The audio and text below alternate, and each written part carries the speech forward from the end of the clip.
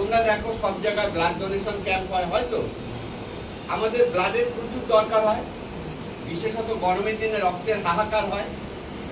Thalassaemia আক্রান্ত যারা আছে তাদের জন্য আমাদের কিন্তু একটা হিউজ পরিমাণ রক্ত সবসময়ের জন্য তাদের একটা ডিমান্ড থাকে, আমাদের সেটা মজুত রাখতেই হবে, কারণ না হলে তারা বাঁচবে না।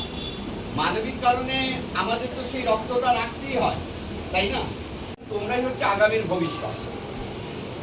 যদি দেখা যায় যে কোনো একজন থ্যালাসেমিয়ার বাহক, হয় মেল বা ফিমেল, একজন হলে তাহলে রিস্কটা কতটা থাকছে? পরবর্তী জেনারেশনে থ্যালাসেমিয়া আক্রান্ত হওয়ার 50%। 50%টা কি করে?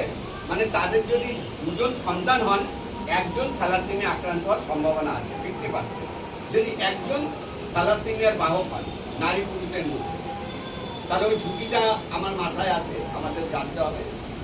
এবার টেস্ট করে দেখা গেল একজন না, দুজনেই থ্যালাসেমিয়া বাহক বা থ্যালাসেমিয়া আক্রান্ত, দুজনেই, তখন কিন্তু সেটা হাই রিস্ক। 99% সম্ভাবনা পরবর্তী জেনারেশন